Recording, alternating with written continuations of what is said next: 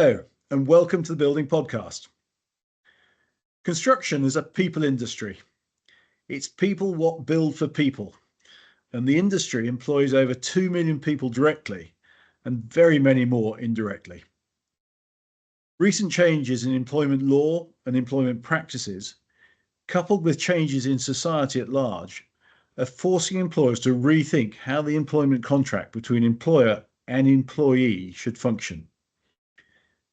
Couple this with a rapidly changing industry requiring different skill sets and fewer people from overseas to fill those awkward vacancies, makes employment a really interesting space to be in. I'm honoured to welcome Vaughan Hart to the Building Podcast today. Vaughan is the HR advisor for the National Federation of Builders and is in the eye of the storm in advising contractors on best practice up and down the country. Vaughan, welcome to the Building Podcast. Good morning. Thank you, Mark. Not at all. Well, I'm really looking forward to our conversation today because, I perhaps know as well as any that if companies get HR and employment practices right, they can change the world and move mountains. If they get it wrong, we're in all sorts of trouble. So I'm really looking forward to understanding where you think we're moving to today and what are the changes and pressures on builders and in the industry today. But before we start with that, why don't you tell me a little bit about yourself and let listeners understand how come you're such a knowledgeable expert on the matter and sort of what your role is in the National Federation of Builders. Okay, I mean, really, thanks, Mark. First of all, tell you a wee bit about myself and where I've come from. I'm currently the founder of a small consulting business, and I work generally. My core work is focusing on trade federation members and supporting members run their businesses. And I also hold the position, as Mark, you just said, as the Director of Employment Affairs for the NFB and supporting the membership thereof. Professional background and expertise. It makes me feel a little bit old now, but over 3 decades of hands-on experience, probably nearly 35 years of experience across various industry sectors. I did start off at the age of 14 running a small business, and then I think through operational management, I landed in human resources. So it wasn't a planned career from when I was going to say kicked out of or when I left school. It was something that I landed in because most of the work that I've been involved with has dealt with people. So really, I just followed that professional route. Again, before starting full-time consultancy last year, I was the managing director of the Scottish Building Federation. I worked with Scottish Building since 2006. And before then, believe it or not, I did have a proper job. I worked for a global facilities management company. I'm not going to name them, but a global facilities management company as the human resources executive, responsible for about 10,500 employees, so quite a few. So again, it's quite nice to move away from that and being a consultant rather than working within a blue chip operational sort of background now. My background in human resources, again, human resources is a huge term, a huge word, and my focus really is on employee relations, conflict resolution, performance management, and compliance with employment law. So that's it. My day-to-day job is I'm involved with giving pragmatic HR support to member companies. Does that really cover it? Yes, that sums up. I mean, to be responsible for 10,500 people really puts you, on the day-to-day fighting those battles. There's not a lot you're not going to have seen, and not a lot that actually on the global company like that you're going to be expected to know which direction the world's moving in as well. So I think you're going to have a great deal of experience to bring to this podcast and hopefully to impart to the industry and wide. Let's start with a nice, easy. Let's start with a general question to start with, Vaughan, because I think you and I have talked about it before, but there are pressures forcing some changes in employment models today. That we've got some wins against the industry, which are forcing the way we look at things. So, Johnson, just describe what those winds of change are and how they're affecting us. Yeah, I think if it probably go back to, and it's some time ago now, but this word Brexit. Prior to Brexit, we had a movement of Europeans working, Eastern Europeans working in the UK and really plugging a lot of the employment gaps within construction, depending on the pockets of where you are in the UK. Didn't get that so much in Scotland. We did in northern Scotland, but we did get it hugely in the south of England. So again, that has been a huge change of culture and behaviour, and again that's led to Labour concerns in some areas. I think moreover and more recently, we've had the Labour government came in. I think they came in, I suppose in a way it's like a perfect storm. They came at a time when COVID had finished, increasing pressures, increasing costs, opposing social cultural changes from employees, and what they have done, being a typical centre left sort of entity, is when you see that, you see the pendulum swing from a Conservative government, which is more centre right, more focused on business, more focused on making commercial gain money. And now we've got a Labour government in, and you see the pendulum swings always with employment law. We saw that within the Blair government. We saw that whilst the Blair government was in situ, we saw lots of family-friendly policies, working time regulations, it all came in. And we're seeing now with the current new Labour government, they introduced the employment bill in October of last year, and started the consultations. That is going to, or it's purported to be, one of the biggest changes that's going to happen since the 1996 Employment Rights Act, and that is more towards huge labour reforms. And what we're seeing already is a change in the cost of employing people for employers. So I see that's a huge pressure to the sector. I'm seeing at the same time we've got a government that's in that wants the private sector to invest, and they want them to invest significantly whilst increasing costs. So therefore, I think there's an opposing situation here, and that's worrying to me. As someone that went into HR to avoid politics, I'm really in the thick of it. So I think that really does concern me.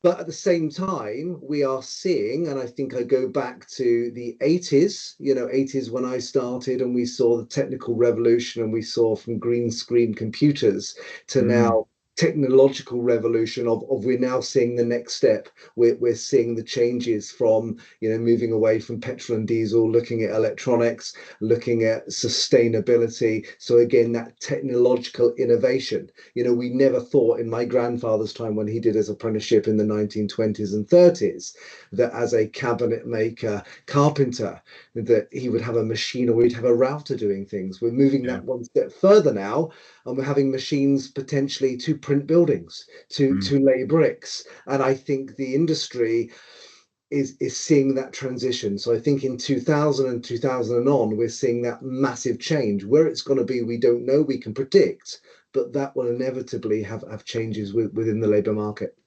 Yeah, I mean, the huge number of pressures coming on us there, Vaughan, and I think we could talk all day to go even just what we've touched on there.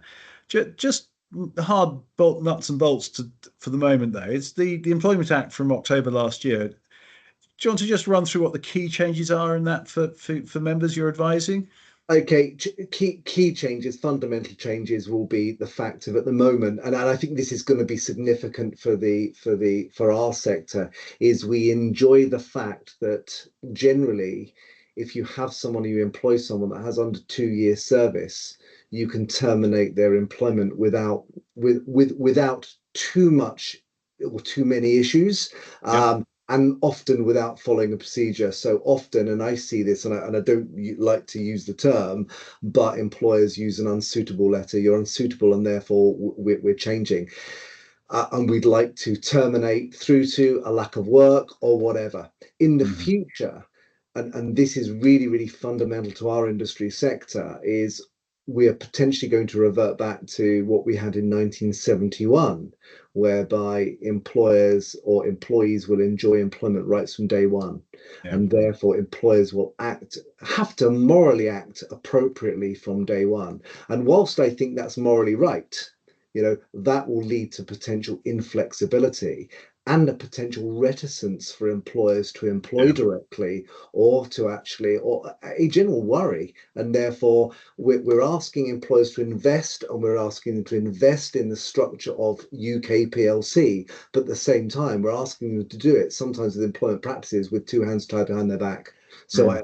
in addition to that, I also see a growth within any Labour government. You'll see a growth in the trade union involvement with employment. So Yeah. therefore, over the last 30 to 40 years, and again, I cut my teeth in industrial relations and employment relations, or it was called industrial relations then, Yeah. I see that growing again. And I think we've been too used to not working within collectively bargain models. And Mm. if we have to now, or there is a growth of trade union negotiations, I do see a potential reversion back to the 70s and 80s, whereby there will be disputes, and that will impede the progress if employers don't deal with it properly. Yeah. I mean, collective bargaining has a lot of good things about it. It's not Correct. something the employers should be Absolutely. definitively against. But it does carry some responsibilities and a degree of planning which perhaps employers are not used to in their current I, arrangements. I think that's a really, really important part. I mean, I've always been, I mean, people naturally assume that I'm an HR person, I work for an employer, so I must be against unions. Far from it. I Yeah, think, and I speak to trade union officials near enough every day of the week, and I believe good collaboration, good working together, and good relationships, and sharing of strategy works incredibly well. And yeah, it goes back to the modern form of industrial relations that was, I suppose, incepted and articulated by Bill Morris from the old Transport and General Workers Union. He said mm, that if you're going to work, you need to work with employers, and employers need to work with the trade unions, and it works very well. Well, I think where it goes wrong is the fear of each other. yeah. But that's No, as simple as that. it's as We simple need as to work that, isn't together. it? Comes down to having the right people in the right Of course it places, does. doesn't it? Attitude, behaviours, and good communication. Yeah, yeah. And I think for the purpose of this podcast, it is something that we haven't seen collective bargaining, as you say, since the 70s, A in where it was. huge, absolutely a huge move away from that. Absolutely. Yeah, And it's something that I think if we bring back professionally and judiciously, it can be something that can actually work well for us. But it does require a different approach from trade federations like the National Federation of Builders. I mean, that's it's that straightforward. absolutely. I mean, the other thing I was going to ask you is that the construction industry, with these ill winds, not ill winds, these winds against us, whether they're good or bad. We have a huge number of self-employed people in the industry, and Correct. that marks us out differently to everybody else. Do you think that's going to be a good thing or a bad thing moving forward for the flexibility that you sort of talked about? We weren't, we're losing flexibility in employment. Is that going to push more people into the self-employed model and the gig economy that I know this government's particularly against? I, it's a real interesting one. And when I joined the construction industry full time 20 years ago, it was a concept that I couldn't quite get my head around, if that makes any sense. So it takes me back to my education when I did my professional qualifications, and there was an employment guru called Rogers, and he created this thing called the Rogers flexible firm model, where you employ your core workers Yep. and then you actually subcontract your first and second peripheral workers. And I've always thought that works really, really well. The difficulty within construction is what we would truly define as bona fide subcontract Mm. workers. Yeah. And let's be quite honest, I've dealt with companies over the time whereby you had, and I'm referring to one, clearly no names, rank, or pack drill here. Thank That you. I had one company, and this must have been about 20 years ago when I first joined SBF, that they were a fire protection company. They employed about 50 workers on the books, but they employed about 170 workers that were allegedly bona fide CIS workers. If I then applied the things like the control test, the mutuality of obligation test, the economic reality test in employment law, it was quite obvious that these people were not in fact bona fide No. subcontractors. They were employees, but it worked well for the construction industry. So whilst that relationship was working well, that was great. When the employee and employer fell out, the employee would have the best of both worlds. They could turn Yeah. around and say, no, I was an employee, I have an employment rights. That Yeah. is a concern. And I think we've got a lot to do to educate the industry there. And I think that comes in line with what the current employment bill is looking at, scrapping net zero contracts, scrapping hire and fire. That Yeah. will have a restraint for our sector. So we do need to articulate the needs of what we need for our industry. Yeah. I'm just going to correct you there, Vaughan, because it's not a net zero contract, it's a 0 hours contract. Zero hours. My We're going to apologies. start Sorry, my confusing 0 green hours. with Sorry. employment contracts. We're going to have two podcasts running at That once. It's that going to be quite challenging. that was quite Freudian, wasn't it? But there you I go. Yeah, mean, I think the other thing that actually pushes us towards self-employment is that, increasing national insurance rates for employers has pushed, encourages employers to take more self-employed people on, because those national insurance rates for class fours for self-employed didn't move at all. correct. And so, and I know in certainly some of the energy businesses I'm involved in, it's very difficult to compete as a company employing people with people who are self-employed, because there's an automatic disparity between the two. And that dichotomy is quite a challenge within the industry, isn't it? I think it is, and I think you make an incredibly valid point. But I think always that I find that there's an equilibrium to this, or there's a counter argument. We always blame the employer for abusing the employee, and by saying that we're putting them on those contracts. And I think something that I've spent a lot of time reflecting, often whilst walking the dogs, is our social cultures since COVID has changed significantly. Yeah. Yeah. People don't now want to work a 9 to 5. Yeah. Generally, the culture which, and I'm going to look at you and I here, Mark, that we were used to when we started in the sort of, I grew up in the 70s, or started working in the 80s, and Yep. effectively it was a case of you worked generally a 9 to 5. Yeah, Yeah. that was it, and you did work what you effectively worked Monday to Friday, or you worked effectively Monday to You, Sunday. you had it easy. I was on site 7:30 to 5:30. Well, there you go. At that point, I was in facilities management, so it was more like Oh, desk job, very seven easy. seven till 3, 7 to 4. Yeah. Yep. However, I think what we've now got is, since COVID, we've got people taking a stock of their lives, especially in their 40s to 50s, and saying, you know what, I don't want to do that anymore. And therefore, they're the ones going to the employers and saying, I don't want to be books in, as we call it. I want to actually be a subcontractor, and I want to work when I want to work. And therefore, they're promoting the 0 hour contracts. Whilst often the government and other employee representative bodies would put it the other way around. And I think we need to put this in proportion. I think it works well for both parties. Yes, and I've got experience of exactly that. I've got employees who'd love to be on a 0 hours contract because it gives them that flexibility. And we're desperately trying to keep them in the office and working a 9 to 5 because we need them on full time. And that dichotomy is really quite interesting. I mean, you mentioned COVID there, and I think COVID is something which is changing everybody's perceptions.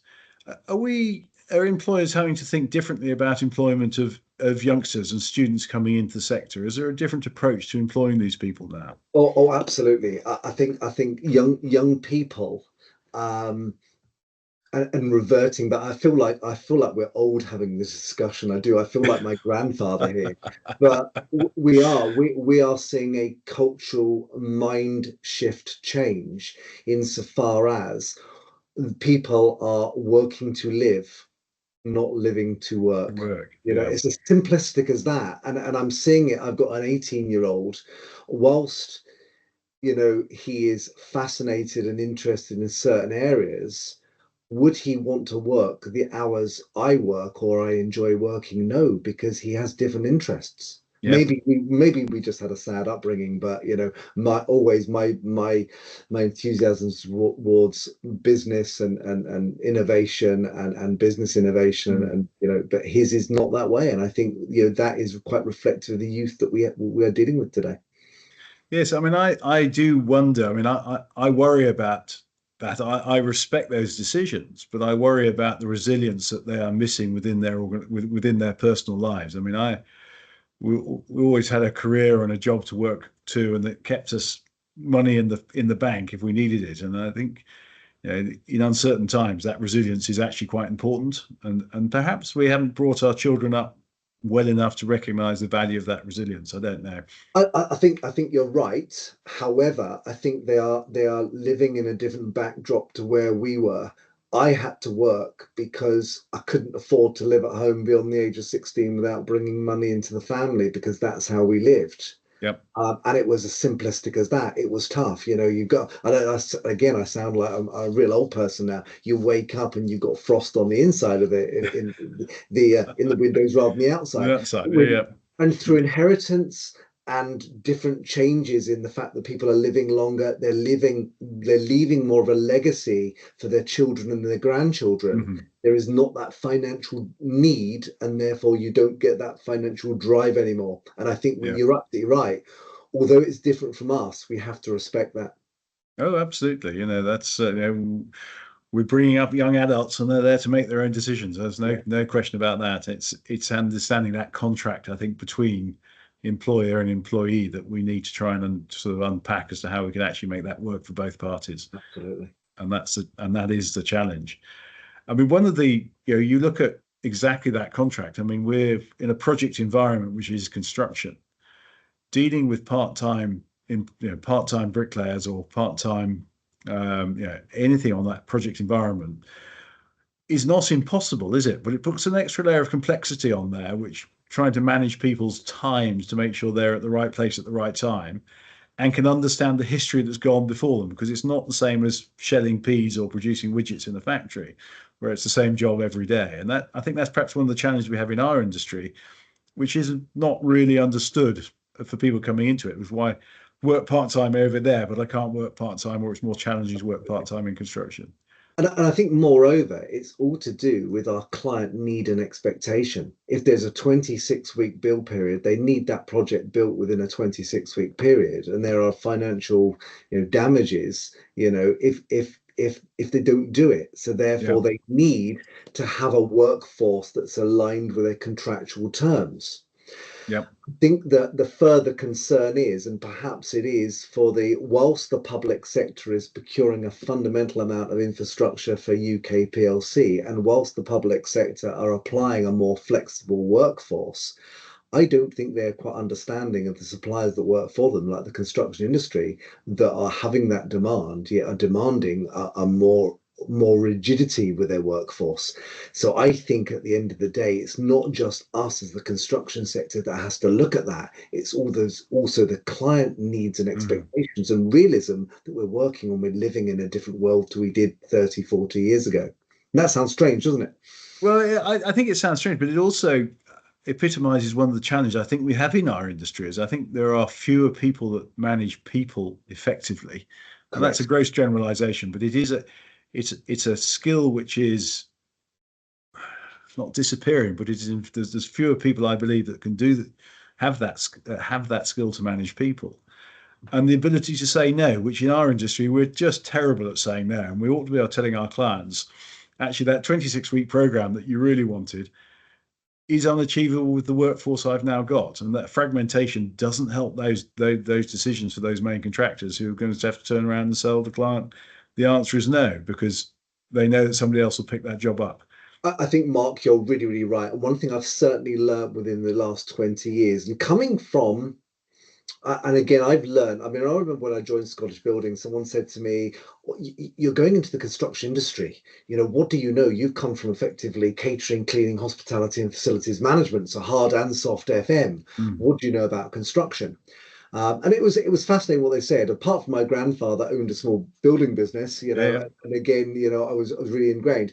But one thing that I found was interesting is within the hospitality sector, I learned about customer service. I learned about when you say to a customer it won't be done on time, but you say it won't be done then, but it will be done now. you agree that front end. One thing I didn't understand, and one thing I think we've got a little bit of a way to go within construction, is exactly what you've just said. It's that customer communication, Yeah. that level of honesty, and the level of realization. So when you say that we've got guys and girls turning up to a job at 8 o'clock in the morning, they do that. Or if we Yeah. haven't, we communicate with a client, because I think half the disputes are often caused through that poor communication, you Yeah. know, Yeah. with the very onset.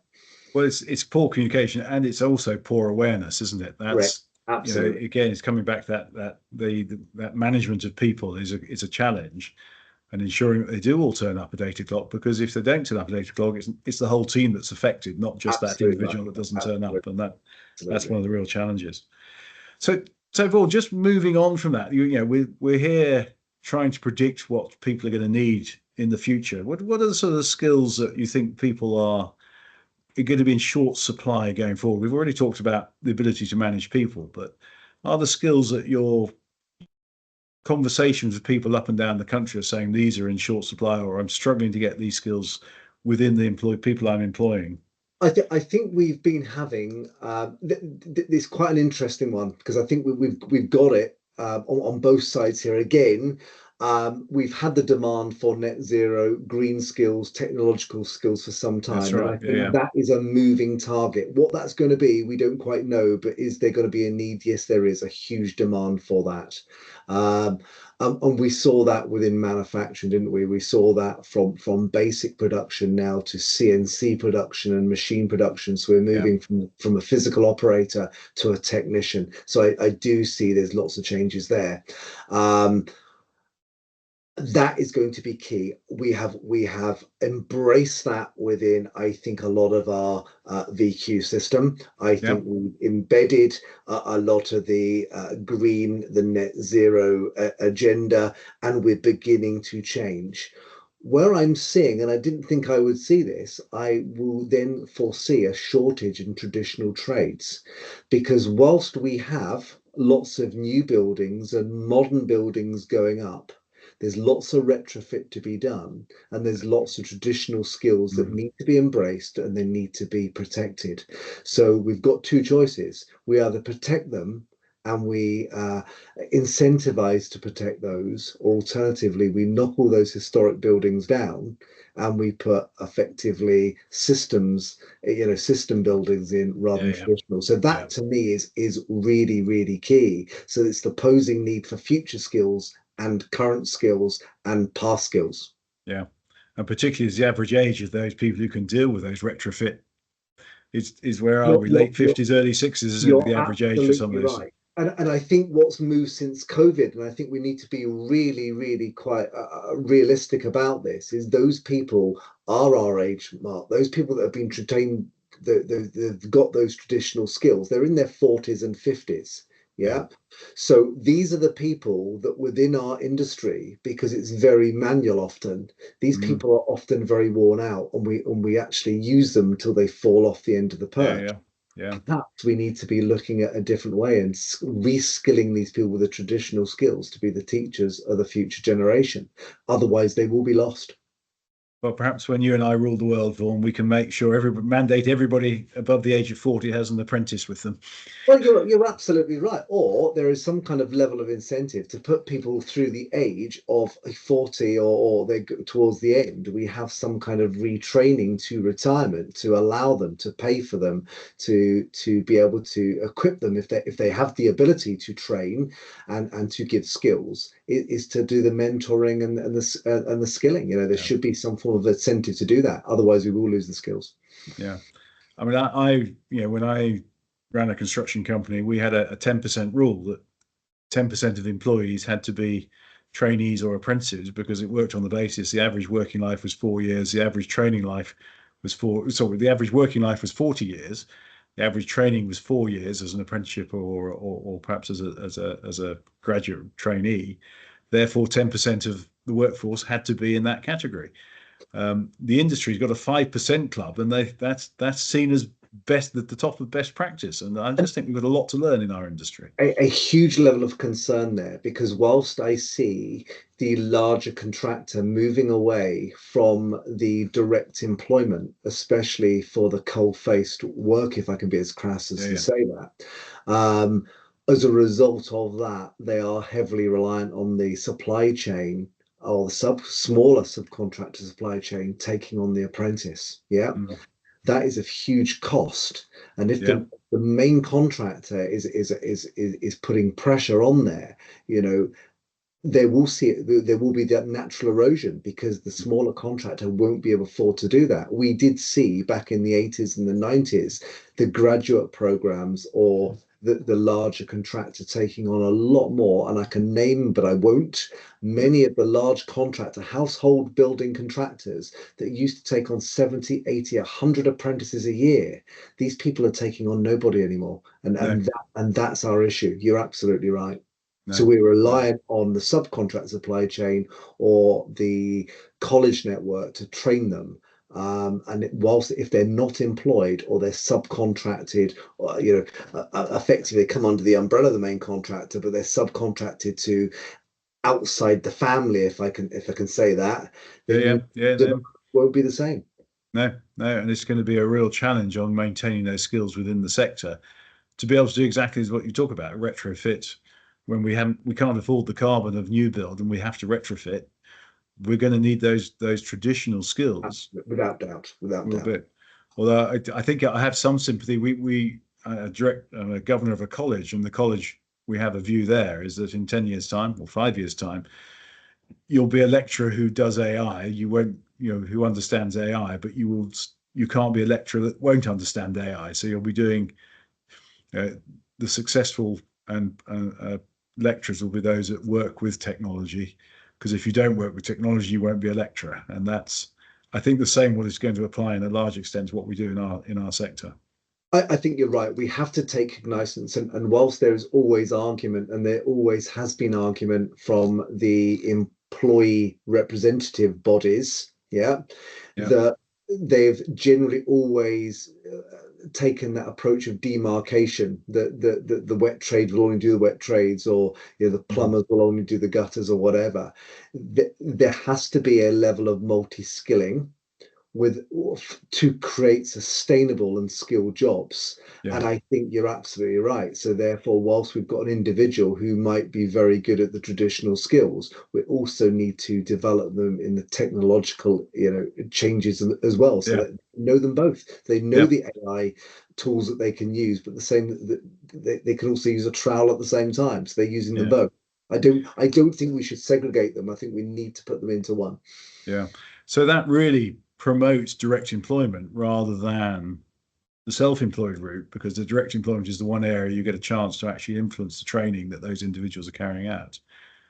I think it does, but let's not think about direct or indirect. There are other models we can use. We can use joint JVs, joint Yeah. ventures. We can use partnering. Why can't a large contractor? And again, I worked within the facilities management industry, and I saw this, and it was incredibly successful. You had a main contractor. I worked for that main contractor, but some of the work that we did with regards to buildings and repair and maintenance, we actually subcontracted to a contractor, but we didn't work with them as a subcontractor. We worked with them as a true business partner. So they had Mm. a say in the whole, and they had a view of the whole rather than just, they looked at the macro rather than the micro. And I think that worked better. They also were involved in the profit share as well.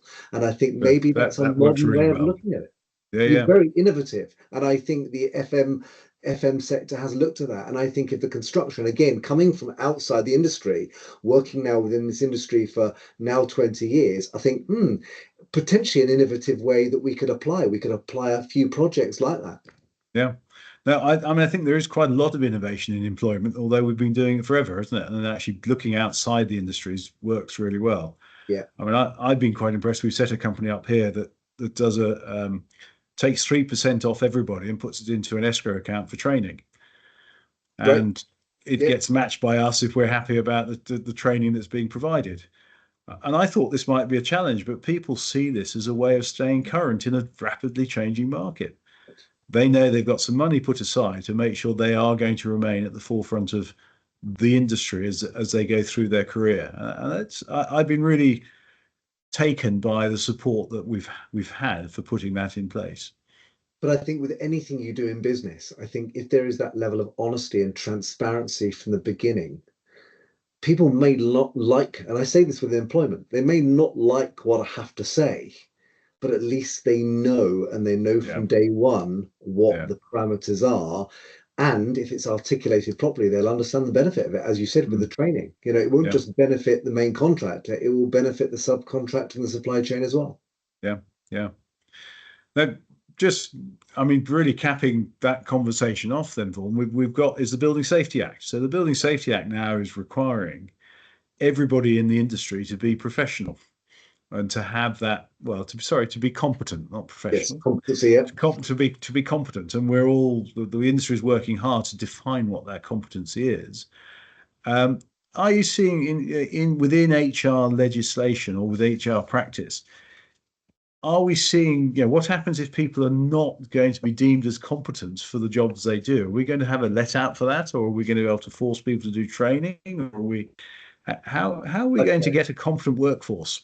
I think first of all, is that can we force people to do training? We've always been able to force people We to do have, training yeah, because it's an implied term of anyone's contract of employment. Yeah, yeah, that they have to learn and they have to understand. That's all there is to it.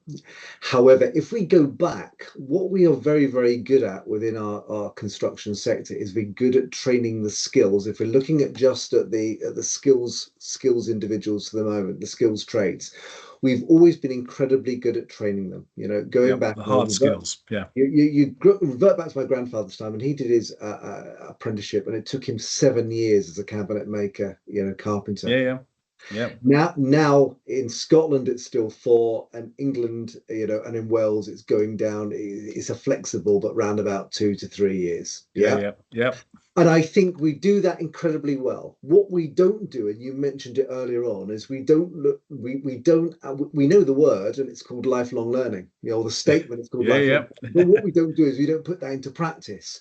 No, So I believe that what we need to do is, as a professional, I'm a professional of the Chartered Institute of Personal Development. I have to mhm, do CPD every year. Yeah, yep, as lots of us as professionals have to do to retain our status, as a professional. But we also want our class people to be professional as well, which they yeah, are. Yeah. yeah, But what we don't do, and I think that's is quite discriminate in a way, is we don't put them on continual CPD, or we do it on a very ad hoc. ad hoc Or requirement, yeah. I'm being very generalist here because I know No, some companies do it incredibly well, but yeah. generally we don't do it well. And I think if we looked at that, I think we then dealt with it with the problem.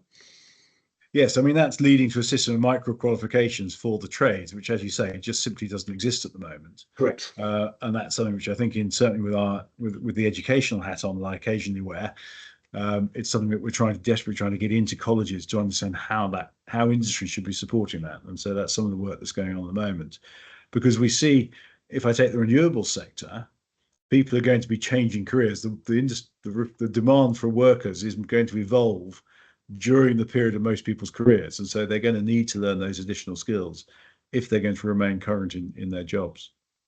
Absolutely. It's I mean, we've touched on all sorts of things on the conversation, Vaughan, and I mean, I suppose really my sort of penultimate question is really around how companies can stay ahead of best practice in employment. Clearly, members of the NFB have got you to be able to direct and support them. But there's, we've got nearly 900, we're over 900,000 companies in the industry. Like 150 of them only employ one person, 150,000 only employ one person. But there's a huge number of companies out there which have to stay current in terms of employment practice and employment law. How should they do that? Because it's an enormous challenge. Because you just said that there's the biggest piece of legislation's come out last year since 1996, I think you said. Yeah, Um, potentially. Yeah, yeah. Potentially, and yet these companies are sort of busy fighting fires on their platforms, and dealing with change in employment law is quite a challenge. How should the industry actually support those companies? First of all, I'm smiling because I wrote an article this morning, and actually it's for one of the NFB, one of our magazines. I think it's for the Britbuild magazine, and it's about why do employers still fail to follow process? Why is the employee perceived to know more than the employer? Yeah, Yeah, yeah, and that's an interesting one in itself. I think what we have created is we've created an environment or an industry sector that develops and encourages micro organizations. Yeah, so we okay, get we get the small company, they've got the skills and they're very, very good and they're competent at their skills, and then they go and they actually open a business. But what yep, we don't do under company house legislation, and perhaps we should look at that, is we don't say, actually, if before you employ anyone, you need a license to employ someone. It's like ooh, only licensing, there we go. I'm being flippant now because I don't think this should happen. But what they should perhaps do is there should be some form of requisite that if you're employing somebody, you should know the basics. Yeah, Yep, that generally doesn't happen. So I think this is the huge benefit of being a member of a trade federation. And I would say that because for the last 20 odd years, I worked for trade absolutely, yeah, yep, federation. But I do see that because the smaller company doesn't have the ability to employ an HR person. You know, they don't have the money to do that, and they don't, or often they employ someone who is the office manager, who is brilliant at administration. They dabble in HR, but they don't have those intricate skills. no, So what we can do is, I believe that we should offer guidance, we should offer learning and development activities, but moreover, we should be open for communication there. So our members should know that they can go to someone. It's not going to cost them a lot of money to ask the question. But no, moreover, what they need to understand is the detriment of not doing it properly. Yeah. yeah, And I think we can, I suppose the analogy is you can lead someone to water, to lead the horse to water, but you can't make it drink. But yeah, our job is to saying, look, not to tell you what to do, but effectively to give you your options. If yeah, you do this, you get this outcome, but if you do this, you get this outcome. So if you want to restructure a business and you don't want to follow a process, as long as you know the cost of not doing it properly, that's absolutely fine. And yeah. I'm not offended by that, but you need to understand that. Yes, I think you're absolutely right, Vaughan, but I actually think there's a step before that, which I think trade federations are particularly good at, and that's having time to ask the right question. Yes. So particularly in HR and business restructuring as well, there's an awful lot we don't know what we don't know, and businesses need time to be able to find out what the right question to ask is to be able to then manage the risks effectively. And I'll come back to a typical. I was in the car last week coming back, and it was one of our members spoke to us about restructuring. They're not getting so much work. They don't know whether they want to downsize or not. All they Yep, know is that their labor cost is exceeding their profit margin. Yeah. yep, So the response is, and you're absolutely right, it's asking that right question. So yeah, my immediate question is, so what are your overriding objectives? What do you want to achieve? Do you want a bigger business? Do you want a growth, or do you want retraction, or do you want stability? And you're mhm, absolutely right. It's understanding from them, immersing yourself as an advisor in their business without effectively an agenda to understand where that is. And sometimes I can guide them through that. Sometimes I have yep, to bring other people in with experts to give assistance. yeah, But you're absolutely right. It's understanding what they want or asking those probing questions to get them to understand what they want. yeah, yeah, absolutely, and that's the skill of a great advisor, isn't it, to be able to draw that best advice out in the format that's there. Yeah. Paul, we've had a really good talk through some of the challenges facing employers and indeed employees in the industry at the moment. And yeah, we could dwell a lot longer on some of the detail that we've talked about because I Yeah. know there's a lot of detail that goes behind these high level subjects we've got. I was going to just ask you really just to sum up, no, not even sum up, but what are the key one or two, three pieces of advice you might give to companies out in the construction industry now who are inevitably going to face employment issues because none of us that employ people are immune from these challenges we've got, and the world is moving quite quickly. So Yeah. what would you sort of tell people they ought to be doing and preparing for that? Okay. I do statistical research quite a bit, and I think what we've got to understand is by 3032, we will have an increase in the UK population predicted to be around about 4.9 million, and a further 4.9 million. The birth From rate, today? yeah, from God. today. So an extra, Okay. only an extra 4.9 million in the UK. And the reason why is because the birth rate within the UK is declining significantly, and migration is netting off. Yeah. Yep. Yep. By 20, I think the figures state from the ONS, by 2032, we will have equal numbers of people being born and equal numbers of people dying. So first of Equilibrium. Yeah. all, that to answer your question without being too much of a politician there, the first thing I would say is we are then competing within a smaller pool for Yeah. employees. Yeah. So Yep. therefore, the first thing I would turn around and say is, if we're going to employ people in our businesses, we need a balanced workforce strategy. Yeah. So therefore, I know I've been doing this a lot recently, is trying to bring people back into the workplace. Yeah. Yeah. Yeah. You know, we've seen Yep. lots of comment. We've seen lots of comment about people that are inefficient working from home, etc., etc. Which, are they inefficient? Is it just because they're not communicating or they're working in silos? Yeah. So I think we There's need a all balanced sorts of reasons. strategy. Yes. So you're absolutely right. So there, within that workforce strategy, I think we need to understand what we're going to do with the hybrid model. Are we going to adopt it? Are we not going to adopt it? Yep. How are we going to invest in retaining and recruiting people into our industry? You know, it's Mhm. still going to be a very, within the next decade, within the next 6 years to a decade, it's still going to be a very labor intensive marketplace. Yeah. Yeah. Yet we seem to be attracting less and less people in because we've got opposing marketplaces we're competing with. So we've got to Yep. make it attractive. Within that as well, we have got to actually apply less draconian approaches to employment. Right. Okay. Yeah. So I think we're quite a macho industry that says you've got to work hard, but working hard, you're going to be rewarded hard, etc., etc. So I think we've got to have a good look at ourselves, give ourselves a wee bit of a shake, and actually say, what do we need to do? So that is Yeah. important. Yeah.